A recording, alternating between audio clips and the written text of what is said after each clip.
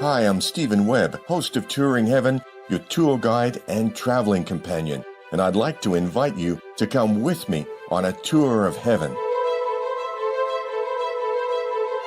This time, we're heading to the mountains around Jackson, Wyoming, but not to the expensive ski resorts in our physical world. We're going to visit Saint Germain in our etheric bodies, in a place with the mysterious name, the Cave of Symbols. This etheric retreat has nothing to do with worldly skiing, and the term cave doesn't exactly describe the opulence or the technology there. Far from being a tourist resort, the Cave of Symbols is more like a major technology and teaching facility. Not high-tech, celestial tech. And when you visit, you'll realize why the masters are so careful about the technology they release or don't release into our war-prone world. But the most important reason for visiting Saint Germain is to understand his real long-term care for you. We're going there to find out what that means. Saint Germain's retreat, the Cave of Symbols, is inside a mountain, Table Mountain, a few miles west of Grand Teton Mountain. I've already hinted that visiting this retreat is going to be memorable and that you might not be quite ready for what you see, even on an introductory visit. That's okay. We'll pace our visit so there'll be enough for now and plenty more to absorb on future visits. But first, before our angels arrive to take us there, I really have to tell you about Saint Germain himself. Remember how I've talked about the previous lives of the masters we've met? This is so that when you meet the master, you'll have a sense of his or her contribution to our civilization over many thousands of years. The thought to hold on to is, what will you as an apprentice working with the master contribute to civilization now and in the future? This thought is important because there's more to being alive on Earth than your day job or remembering what happened yesterday. What I'm about to tell you covers a lot of time in the prehistory of our civilization and a lot of world events that were not so great. Dark ages happened. That's why it's so important to guard the principles that tie us to God and the upward progress of civilization. The civilization we have now, our standard of living, is what you could think of as a platform. The platform delivers generational progress best without war or economic disruptions or major earth changes. Our descendants, grandchildren and beyond, will need to stand on this platform in order to make Earth more and more like heaven. This focus on improving the platform has been our Father's business since the beginning of time. Jesus and Saint Germain have served God for eons in many lives. Some were humble roles, and in other lives, they had civilization-building responsibilities. One of the most important initiations for the souls of both these masters occurred tens of thousands of years ago. Our Bible mentions the priesthood of Melchizedek, a universal priesthood of heaven, combining the perfect religion and the perfect science. Melchizedek himself is described in Hebrews as being, by interpretation, king of righteousness, king of peace, without father, without mother, without descent, having neither beginning of days nor end of life, but made like unto the Son of God, abideth a priest continually. Now consider how great this man was, unto whom the patriarch Abraham gave the tenth of the spoils. Unquote. Made like unto the Son of God. This sounds like an immortal, appearing among mortals in our octave for an important purpose during the time of Abraham. Initiates in the order of the priesthood of Melchizedek were and still are schooled in their etheric bodies at the retreat of Archangel Zadkiel in the Temple of Purification, located in the etheric octave over the Caribbean island of Cuba. The huge contrast between the pure land of heaven and the totalitarian regime in the physical, occupying the same space in separate frequencies, is notable. It was there long ago, in the Temple of Purification, that both Saint Germain and Jesus received the sacred anointing, spoken by Zadkiel himself. Thou art a priest forever, after the order of Melchizedek. So that is going to explain a lot about both Jesus and Saint Germain. It's important to know that current and future events have these ties going back into our prehistory. How far back? long before the civilizations of Lemuria in the Pacific or Atlantis in the Atlantic reached their heights of achievement, there was a Golden Age nation of high attainment in northern Africa, where the Sahara Desert is now. Over 50,000 years ago, the Sahara was a lush tropical paradise, the world-leading civilization of that time. The soul of Saint Germain, a priest forever after the order of Melchizedek, was the ruler of this high civilization at its peak. Like all of God's creation then and now, these people of great attainment were tested at their peak on their free will choice of what they valued the most. Their choice was they could turn their interests and great abilities to material and sensual pursuits in an effortless period of decadence, or toward upward progress into greater spiritual heights, approaching the perfection of heaven. The spiritual pursuits were the unknown adventures. The material interests was history repeating itself. We're facing a similar prospect at a fork in the road of our civilization now. And no surprise, this glorious nation in the Sahara chose the sensual. The royal family, including Saint Germain as the monarch, withdrew into the Etheric city over the Sahara. The civilization decayed under more indulgent leadership, collapsed under its own contradictions, and has been a desert for thousands of years. Did this mean Saint Germain abandoned his people 50,000 years ago because they made the wrong choices? No. Follow the embodiments of Saint Germain over the millennia of known history, and you'll get a sense of where they reincarnated under different names and were tested again and again, as he was in every life he lived among them. The Akashic records show that about 1,500 years before the cataclysmic fall of the civilization of Atlantis, the soul of Saint Germain, in his role as a priest forever, was a high priest in the Violet Flame Temple on the mainland of Atlantis. His role for his people then was to sustain a pillar of fire of violet flame by his invocations, to draw down from God this perpetual miracle of transmutation. The violet flame pillar was no fire as we know it, but a sacred fire. It was miraculous because people who had binding afflictions, where their spiritual, mental, or physical health were compromised in that life, could pray to God for help, and the flame would invisibly dissolve the karmic record of life's mistakes that were the cause behind their suffering. The violet flame pillar in the temple was always available 24/7 because Saint Germain cared for his people and kept his God-appointed station to serve them. Those who would avail themselves of the miracle violet flame through prayer received God's blessing of freedom from their pain. But you know the story of Atlantis, the encroachment of tyrants and wicked priests in the government and the temples. Their lust was for power and control over the people, but the end result of their rivalries was anarchy. The consequence was cataclysm, because God would not sustain the decadence in his presence. And while Noah was building his ark, Saint Germain and a few faithful priests were called by God to transport the sacred flame of freedom from the temple of purification, from what we think of as Cuba, to far away Eastern Europe, to the Carpathian foothills of what is now Romania. The freedom flame was re-established in the etheric foothills of the area and has positively affected Eastern Europe ever since. The next embodiment of Saint Germain that we know about was thousands of years later among the ancient Hebrews. Around 1100 BC, he lived with his people as the prophet Samuel, serving as the last of Israel's judges and the first of her prophets. Like the latter days of Atlantis, it was a time of decadence in ancient Israel. Again, there were corrupt priests and the constant danger of annihilation or enslavement by the Philistines. Samuel courageously led his people in a spiritual revival, pleading with them to return unto our Lord with all your hearts, and to put away the strange gods. The people realized he was right, and they encouraged him to pray for their survival. And then in a crucial battle against the Philistines, a violent thunderstorm helped the Hebrew army win against overwhelming odds.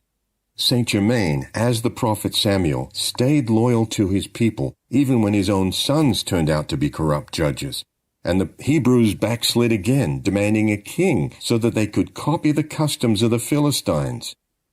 The first Hebrew king, King Saul, was also corrupt, as Samuel had warned. and so one of his last acts for his people was to secretly anoint David as the next king.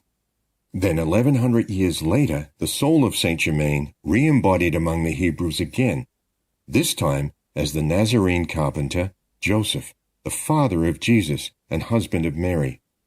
Joseph acted decisively on a dream where an angel warned him that King Herod planned to kill Jesus, considering the infant a threat.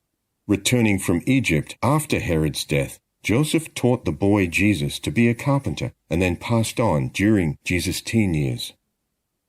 In the late 200s AD, the soul of Saint Germain lived as Saint Alban, the first Christian martyr of Britain.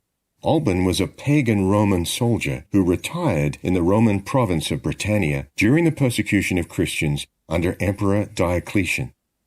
Out of compassion, the Roman retiree, Alban, hid a fugitive Christian priest named Amphibolus, who converted him to Christianity.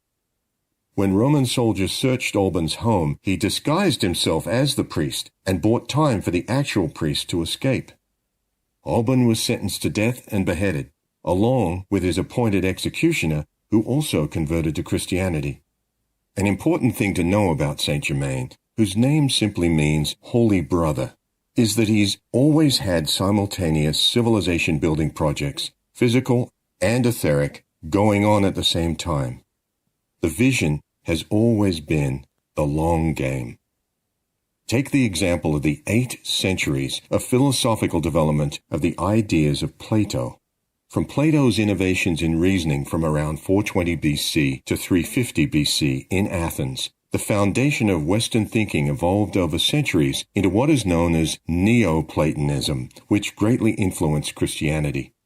One of the most influential Neoplatonists was Proclus, whose writings extended to almost every department of learning, from spirituality, philosophy, and astronomy to mathematics and grammar. The influence on Christianity stemmed from Proclus's principle that there is only one reality, the unformed one, which is God. From the unformed God, a hierarchy of individuality appears in form, and it's possible to understand the whole as a self-transcending good. From the unformed one emanates the divine intellect. From that, the one divine soul. And from that, the individual soul, which in great diversity experiences material life and learning. Proclus acknowledged that his enlightenment and philosophy came from above. Saint Germain, working from etheric or heavenly levels, was the master teacher behind Proclus's detailed system and the understanding it offered about the organization and divine purpose of heaven appearing in man on earth. In another life of influential sponsorship of Christianity, behind the scenes, the soul of Saint Germain re-embodied again in Britain around 300 years after his life as the Roman veteran Alban. This life was in post-Roman Britain as the godly sage Merlin, the alchemist, prophet, and counselor at the court of the historical King Arthur. King Arthur was an embodiment of El Moria. Post-Roman Britain in the late 400s and early 500s AD was a dangerous place, splintered by warring kings and invading Saxons, and Merlin coached and guided Arthur through 12 battles against enemy kings, which were actually 12 spiritual initiations that Arthur had to pass to unite Britain as one kingdom. Merlin worked side by side with the king to establish the sacred fellowship of the Round Table, to provide the camaraderie and support for Arthur's initiations. Under the guidance of Merlin and Arthur, Camelot was more than a castle. It was a mystery school where the knights and ladies were to develop an inner and outer understanding that the Holy Grail was the divine spark of God cupped in each one's invisible etheric flame behind their physical heart. If they exercised this understanding and communal harmony that God was in them, the wars would end and Britain would become a united kingdom. But in an echo of the fall of Atlantis and ancient Israel, Camelot, the sacred school, was infiltrated by the wicked, who by gossip and malice misdirected and divided the knights. The promise of unity and holiness fell, and dark centuries followed across Europe. To help dispel the despair, poverty, ignorance, and Dark Age superstition of his people, Saint Germain was reborn around 700 years later, again in Britain, and became the experimental scientist Roger Bacon. He was a philosopher, Franciscan monk, and educational reformer at the universities of Oxford and Paris. He was perfect for his time, a promoter of the scientific method of experiment over dogma, and he predicted the hot air balloon, flying machines, prescription glasses, the telescope, the microscope, the elevator, mechanically propelled ships and cars, and wrote about them as if he'd actually seen them. This was 3 centuries before the Renaissance. It was Saint Germain's long-term vision for opening the narrow parameters of science during feudal times. Interestingly, it was Roger Bacon in his Opus Majus who wrote that the sea to the west of Spain was navigable all the way to India. Not exactly correct, but heading in the right direction. Was he remembering traveling in his etheric body westward from Europe to the Royal Teton retreat?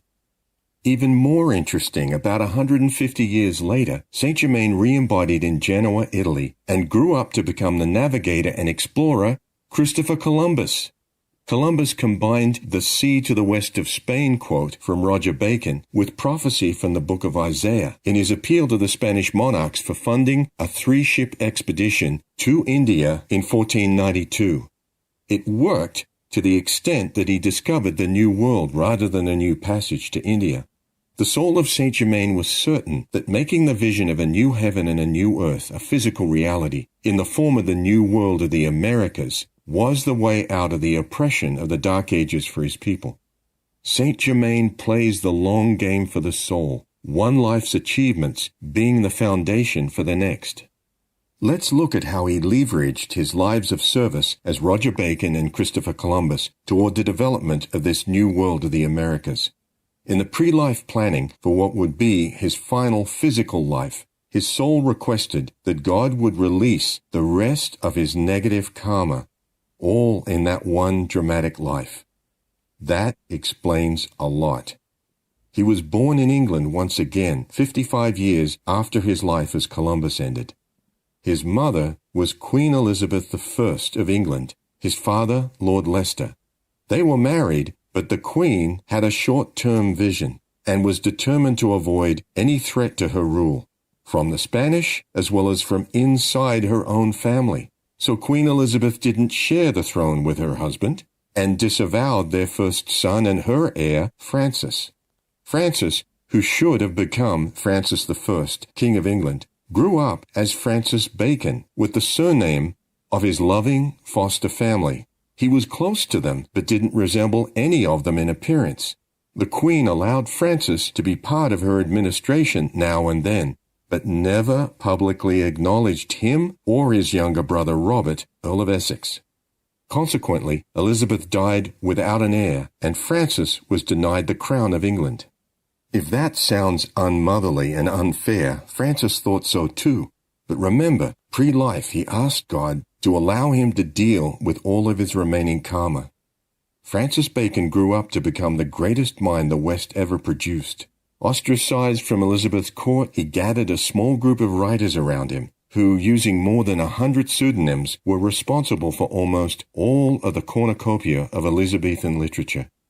Francis Bacon was the author of the Shakespeare plays, evidenced in secret code within the plays. He was responsible for organizing the translation of the King James Bible, added thousands of new words to the English vocabulary, was a founder and investor in the American colony of Virginia, and was the driving force behind the English Renaissance in literature, law, and science. While he would have been an outstanding king of England, the duties of a monarch would have precluded his greater achievements behind the scenes. He mastered the tests of apparent injustice, retained his humility, and began to make the long-term vision practical so his people would not perish. In directing the advancement of civilization through literature and technology, Francis Bacon's vision was to free his people from their karma, which was the cause of their misery, their ignorance, and the drudgery of sheer survival. The ciphers or codes hidden in the Shakespeare plays describe his tormented life at court and how he found resolution through service to the people of the whole world. He also served the next monarch after Elizabeth, the immoral King James I, until ostracized again from the court. and with his identity as Francis Bacon becoming useless to his service, the ciphers show he attended his own funeral in 1626, and being quite alive and with a sense of humor, traveled and taught under different names throughout Europe for 58 more years, until his ascension in 1684. You'd think that after this amazing life as Francis Bacon, successfully dealing with all of his remaining karma, he would have left us for the peace of nirvana, the highest levels of heaven. But as a bodhisattva like Kuan Yin, one who hears the world's cries, Saint Germain was still developing the long game in Europe and America. While he was investing time and care in the development of the American colonies, Saint Germain returned to Europe in the mid-1700s, with an unusual dispensation. As an ascended master now, he was allowed by God to return to our physical world, visible like us, under the name Le Comte de Saint Germain, a French noble. Again, working behind the scenes, Saint Germain attempted to guide a smooth transition for the decadent European monarchies toward representative government. The monarchs of Europe thought he was an interesting man, but none of them followed his advice for democratic reform.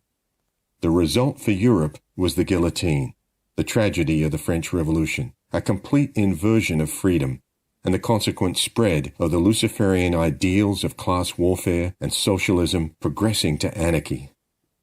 While Saint Germain was trying to persuade the European courts, he was also active behind the scenes in the American colonies. The British monarch, King George III, had no intention of following his advice about representative government any more than the French king. The contrast between the American Revolution and the French debacle had a lot to do with the qualities of a few good people, founders such as Washington and Franklin and the signers of the Declaration of Independence, whom Saint Germain had known in previous lives. The takeaway from knowing about Saint Germain's long-term involvement in the discovery, founding, independence, constitution, and development of the United States is that this is an investment of love that has only increased. This love is for the victory of the mission of the rescuers who came here with Sanat Kumara so long ago. Saint Germain is even more active in the well-being of the people and the institutions of the Republic now as he was at its founding. He's our holy elder brother and the ongoing spiritual sponsor of the regathering of the rescuers who need to be reminded of the unfinished mission. As an ascended master, though, by cosmic law, Saint Germain's ongoing intercession in our affairs can only be by our invitation in prayer. Now let's call our escort angels in and get going to the Rockies to visit the Cave of Symbols and to meet Saint Germain himself. You may remember his soul from knowing him personally in prehistory in the Sahara, Lemuria, Atlantis, ancient Israel, ancient Greece, ancient Britain, medieval Spain, Elizabethan England, or any number of his lives that are not publicly known. Think about the depth and duration of his caring for God's people, even when we were looking the other way, completely unaware of the long game. Now's the time to catch up with our holy brother. Hold on to the strong, warm arm of your bright blue angel, and we're up and on our way. This is going to be amazing. At the speed of thought, we're blazing up through the meandering dreams of our sleeping self, and in our etheric body, we're high up in the starry night sky over the Rockies. Below us, the snow-capped Rocky Mountains appear as a maze of white and brown. But our angels know exactly where we're going and turn west as we approach the Grand Teton. Now we're beginning to descend toward an ordinary-looking mountain thousands of feet below, and we're circling around the snowy summit. Like our first visit to the Royal Teton Retreat, we see a substantial snow-covered ledge just below the summit, and this ledge is where our angels gently touch down. There's an open door we didn't see before, and light is shining out onto the snow. We thank our angels and turn toward the brightly lit doorway, looking for our guiding master to step forward. A split second and a double take, and I seem to be the first one to recognize our guiding master is Saint Germain, waiting for everyone else to remember him as he stands in the light of the doorway. My job as your traveling companion is to adjust to the unexpected and to make the introductions now before we go inside. Saint Germain is gracious and greets us one by one with a keyword to trigger a memory for those who don't remember him by appearance. One of the reasons the Ascended Masters don't appear to us visibly in our physical world is that we have this habit of judging people by their height and their build, their posture, hair, clothing, makeup, tattoos, reputation, rumors, politics, our cars, our neighborhood, ethnicity, gender preference, and fashion sense, high or low. What a minefield. The Masters know we have this habit ingrained in us, and even if they appeared to us as the most beautiful figure imaginable, we would likely fall on our faces in idolatry and not remember a word they said. That's why we visit heaven in our more objective, etheric bodies, with long memories of friendship with the Masters and angels, even if it's from thousands of years ago. It's pretty much impossible to take our eyes off Saint Germain as he ushers us out of the snow inside, genuinely glad to see the etheric part of us. Like Jesus, he's not tall, but he is immaculate in appearance, with brushed back, blondish hair, blue eyes, and a trimmed beard. It's like suddenly being in the presence of a great and majestic king. I can't actually focus on what he's wearing because it's not important.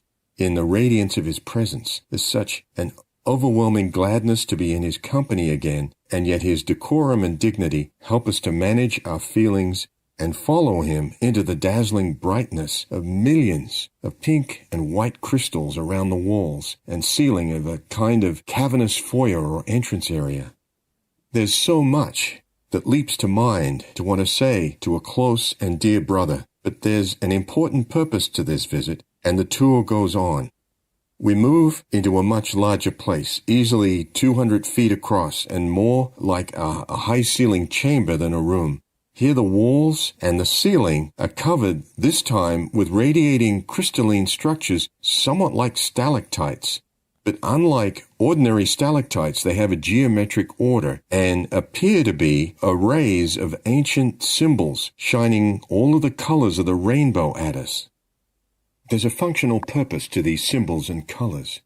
Saint Germain tells us the arrays of symbols are amplifiers of the energy of the Word of God, invisibly blazing the release of foresight. Think God speaking, "Let there be light," perpetually extending through the mountain and in all directions across the nation and the planet. The effect of this constant radiating energy influences the etheric memories of the people. It prompts their intuitive faculties about their forgotten inheritance as sons and daughters of God, and keys into the spiritual blueprint of what heaven would look and feel like in our physical world. That would be the reality of a self-transcending golden age of abundance and peace. The pattern is always radiating, unseen, in the ethers of our world. On the other side of this great chamber of shining symbols, there are 3 large, perfect arches with about 20 feet between them.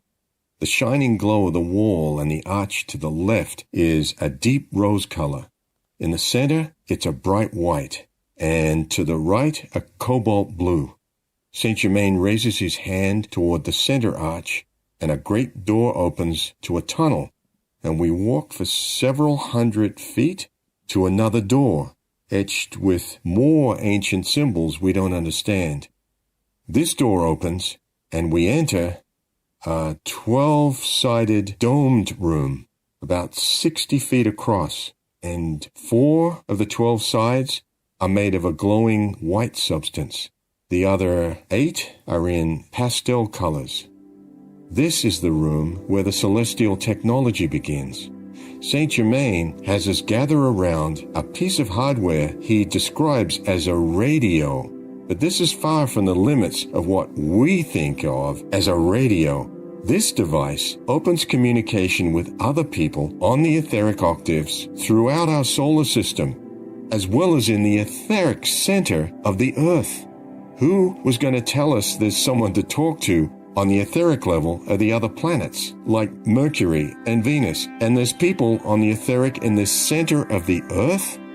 If we knew about this in our physical world, what would our habitual response be? There are research labs beyond the communications room that are also beyond our understanding. We're told the research involves the refinement of celestial-level chemical and electrical technology. But the research, Saint Germain tells us, isn't anything new to the masters. It's actually ancient technology that existed during the Atlantean civilization. It was misused and was one of the factors leading to the destruction of that nation of 60 million people.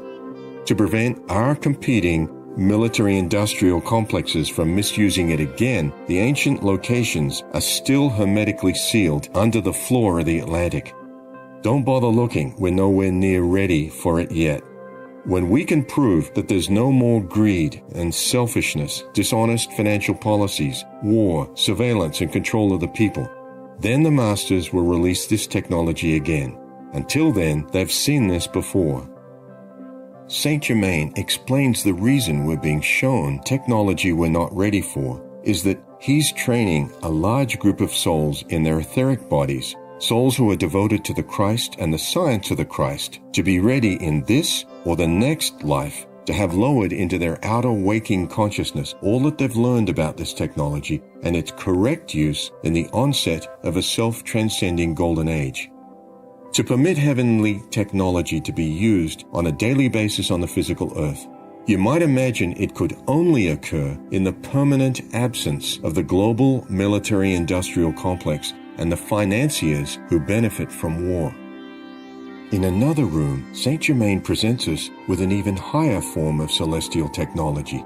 Like the radio, it's understated, appearing simply as a beautiful golden chair.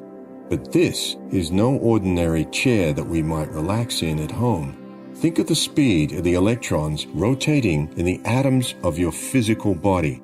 That specific rotational speed makes you visible and touchable.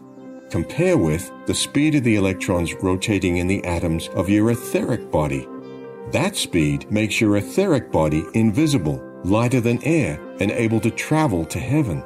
Compare again to the electrons in the light bodies of angels and ascended masters. That speed, light speed, makes them free from human karma and immortal.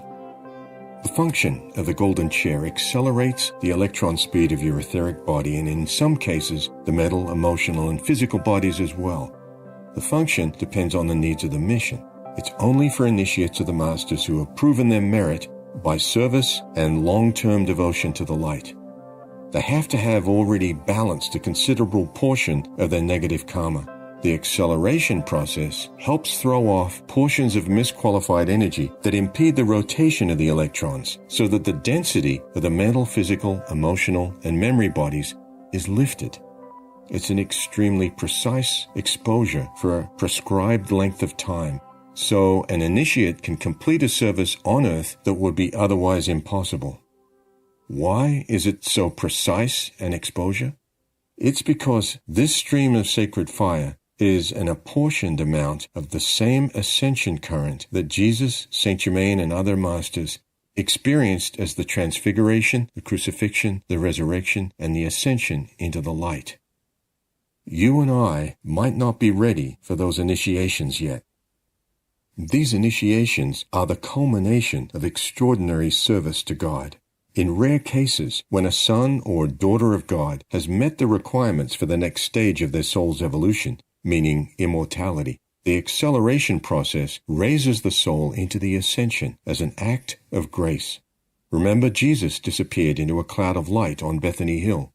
What would it take to move the heart of God for this act of grace for you? The equation includes merit by service to God and man and long-term devotion to the light, the balancing of at least 51% of your particular negative karma, and completion of your unique mission in the physical world. In case we were to get too far ahead of ourselves, Saint Germain leads us towards an elevator, explaining that the blending of devotion to the light with applied celestial science is always practical. To illustrate his point, we enter the elevator and descend about 100 feet and walk out into a circular lobby. A doorway leads us to a manufacturing plant deep inside Table Mountain. The whole floor is dedicated to processing raw materials into the hardware and devices we've seen on the upper levels of the retreat. It's immaculately clean and unexpectedly quiet. Walking around, we don't recognize the purpose or functions of any of these celestial tech machines. While we're looking left and right at processes we can't describe, the Master leads us on through a maze of compact, linked systems. And then Saint Germain says he wants us to see something quite different. And so we return in the elevator to an upper level we hadn't noticed before. On this level, beyond the reception area, are sleeping quarters, again immaculate. As we're walking out of the area along a hall, we're about to ask questions like, when do masters need to sleep? But we stop in mid-thought and look up. Saint Germain stands just ahead of us in the entrance to a huge concert hall. We walk in, still looking up at clouds moving slowly in a bright blue sky. For a split second, there's a thought that we've just traveled to another above-ground retreat. But we haven't. We're still in the concert hall. High above us, the domed ceiling appears to be the sky, and we feel like we're in the open air in daylight.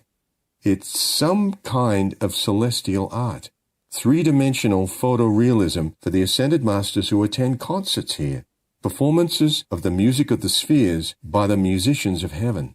How did they do this? We've been getting used to expecting the unexpected, but we're speechless again, thinking this has to be the finale on our tour. But every tour is different, and there's more. Based on where we're heading, if I remember right, it's personal. The place we're going to now is called the Crystal Chamber. Saint Germain asks us to wait in a reception room, and one by one he invites us into the Crystal Chamber. On the far side is a large, wall-sized mirror known as the Cosmic Mirror. You would not want to stand here without the Master next to you. Why? Because anyone standing in front of this mirror has to have a certain minimum level of attainment before the Master would consider being a kind of chaperone. This is about seeing yourself, your original self, as an extension of our Father, the formless idea of love projected into material form as you for a specific mission. The Cosmic Mirror shows you the etheric you, your original blueprint as a divine expression in heavenly material form. But each of us has recently come from the lower physical material experience.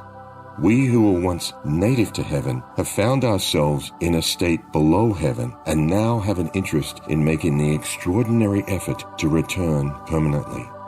On our return, we will have some stories to tell. They're on display right here in front of each of us as documentary-like evidence in the Cosmic Mirror. You don't need to know my stories. You have your own. In some parts, they're not pretty. And that's why the Master is close by to limit the exposure. In future visits, there will be plenty of opportunity to get into the gritty detail of decisions made long ago, debts that need to be made good in our world for the love of God. There's also a lot of good that you've done, otherwise Saint Germain would not have invited you here and being ready to stand with you. It takes an extraordinary effort to move the heart of God, and you're doing it. However, what you see here in the mirror is private, for you and Saint Germain only. There's still more that Saint Germain wants to show us. Remember, he wouldn't be working with us if he didn't see both the need and our effort. We walk with him from the Crystal Chamber to the far end of the concert hall, where there's an anteroom and then a concealed door that opens in Saint Germain's presence. On the other side of the door, we enter individually in silence, into not so much a room as a sphere of light. Only a few are permitted to enter here, and only for specific purposes related to enhanced service in our world. It's for immersion in a whirl of penetrating sacred light, having certain divine qualities that allow initiates to complete seemingly miraculous work on earth. The type of souls who would receive this carefully calibrated boost of sacred fire here in the sphere of light would go unnoticed in our world. They would be the humble ones, long-suffering and dedicated to helping others. Those who have longed for the return to heaven are required to pay the price of service to others over many lifetimes. During these centuries, God, through his sons and daughters in heaven, keeps an eye on our schedule. If we get behind schedule, grace is offered to us if we ask for help and move God's heart.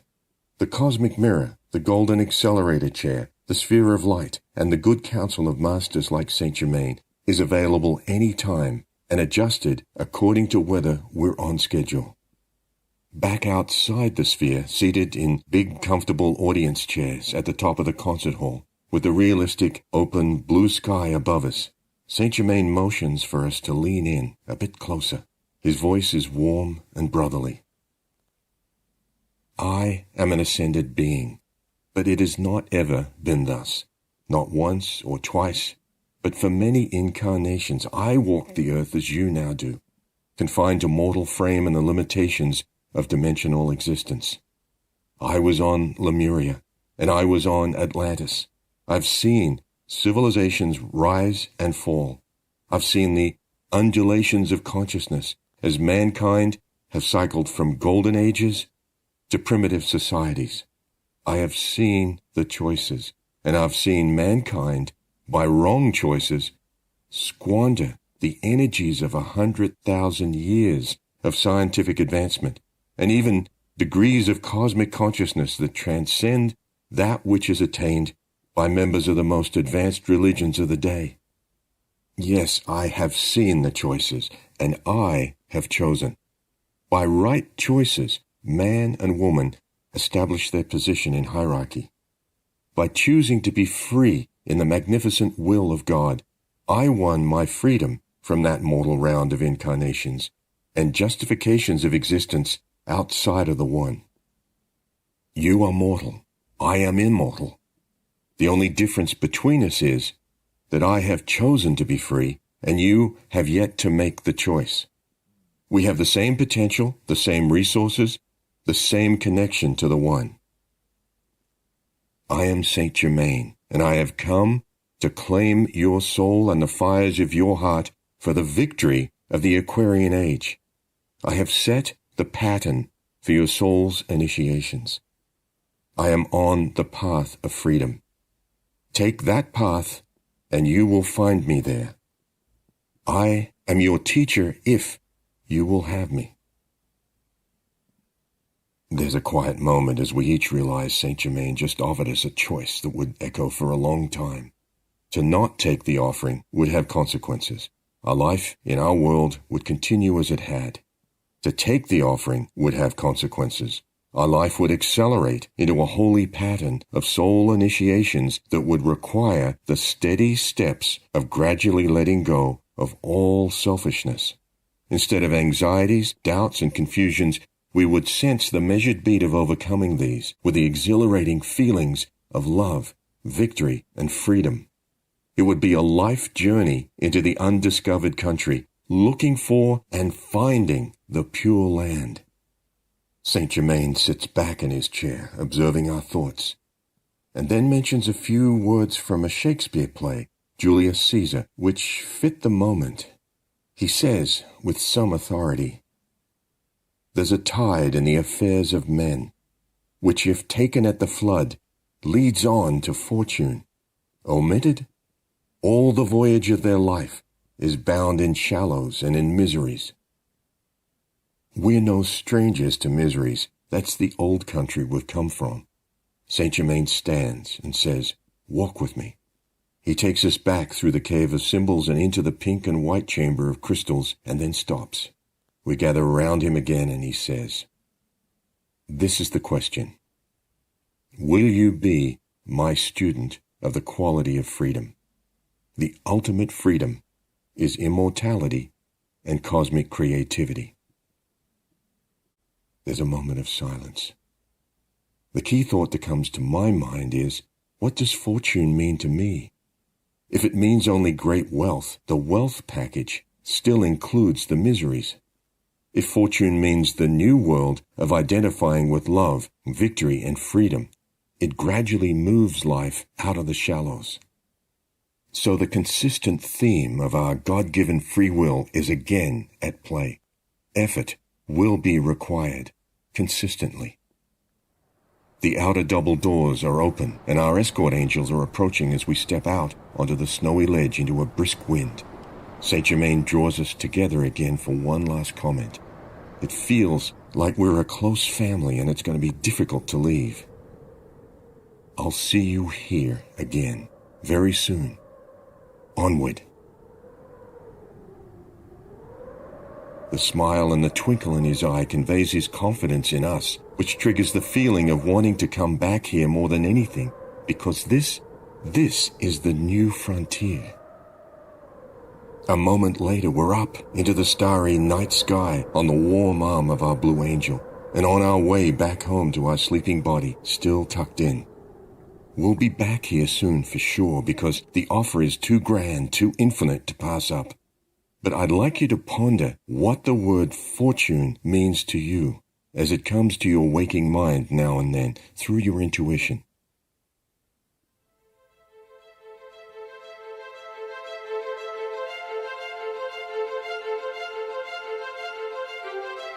If you need more information, there's more to know about Saint Germain that you can study in your waking hours, beginning with our standard reference, The Masters and Their Retreats, which you can browse and buy if you want on AscendedMasterSpiritualRetreats.com. You'll find other books about Saint Germain there, including Saint Germain on Alchemy and Saint Germain on Prophecy, and teachings about how to pray and decree with the violet flame, the visualized sacred fire that gently brings freedom from memories of the old world, known and unknown. Next tour, the last in this series, we'll be traveling to the high mountain country of Sri Lanka to meet a very personal friend in the Temple of Comfort, someone who's known you for a long time. Until then, thank you for traveling with me on this extremely fortunate journey to the inner new world of freedom. Always victory.